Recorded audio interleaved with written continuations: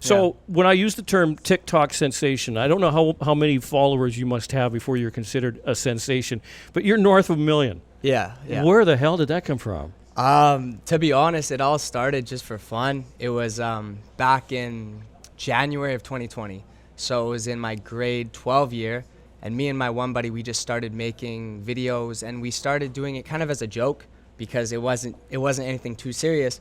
And we did these videos around Vancouver. So we were at different locations. So we'd be at Science World, or we'd be at BC Place, and people would notice that we're in Vancouver, and TikTok knows where to show the videos to, like locally, so they show the videos to people who are from that area. So they would show the videos to people from our city, and everybody we knew started seeing these videos because they live around here.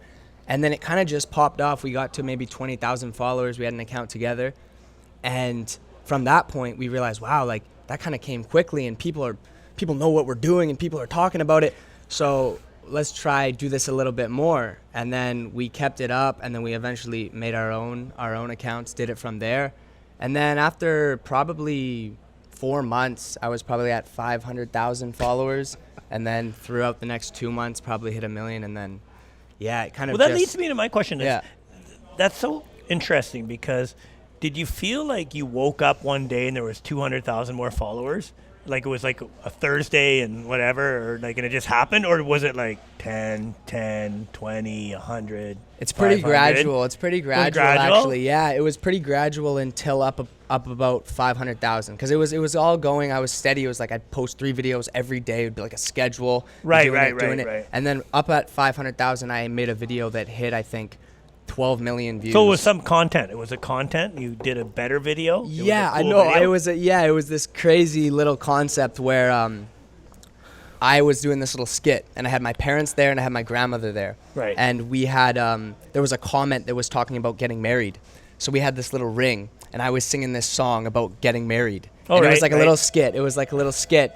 But I think some people out in some of the Asian countries, like in the Philippines or Malaysia, I think they take those videos more seriously. Mm-hmm. So that video just reached out to Asia, and then I woke up and I think I probably gained 200,000 followers overnight. So like you said, it does come. Social media is very generational, and for our generation, of course, Facebook was the launching pad. Yeah. And for your generation, and you're 19 years of age. Yeah. Your generation, it's all about TikTok. Was it Snapchat and then TikTok, or is Snapchat now dead? Snapchat's just communication. It's nothing to pop off on, I don't think. Okay. Yeah. And what, in your estimation, because you obviously followed people on TikTok, and before you started doing something, what is the key to having something go around the world and blow up on TikTok? Is there a formula?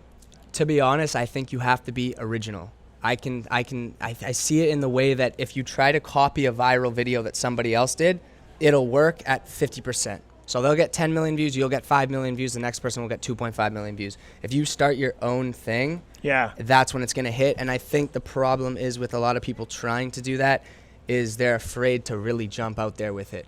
And you can't, because people are going to talk about it. People are going to speak on you in whatever way they want to. But if you do something original that nobody else is doing, I think that's the way that you're going to get right past everybody. And your dad has played into some of your stuff, and obviously your parents are supportive, because a lot of parents would be thinking, get off your phone. No way. Quit wasting time on your phone.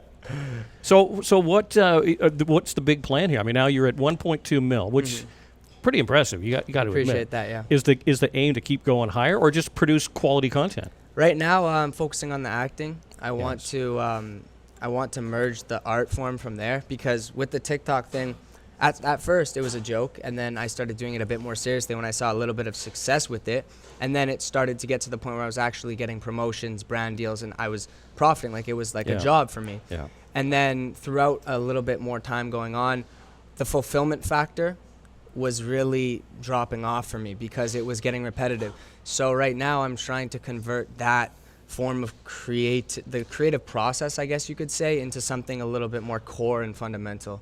So that's where that gets back into it. I want to go on that, like the whole social media influencer and going down that route.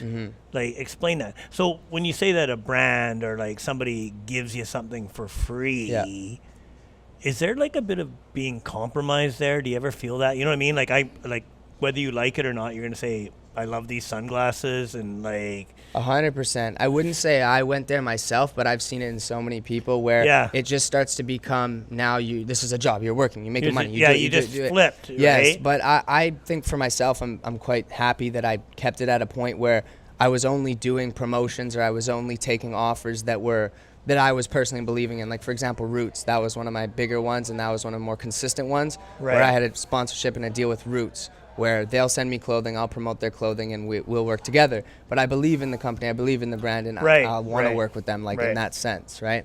But yes, I think for sure that it's a thin line. Well, to there's go the down. drop off there, isn't there? If you think about it, right? Yeah. It's like you're gonna work for me, but yet you already did all the work and kind of like got the following. Yeah.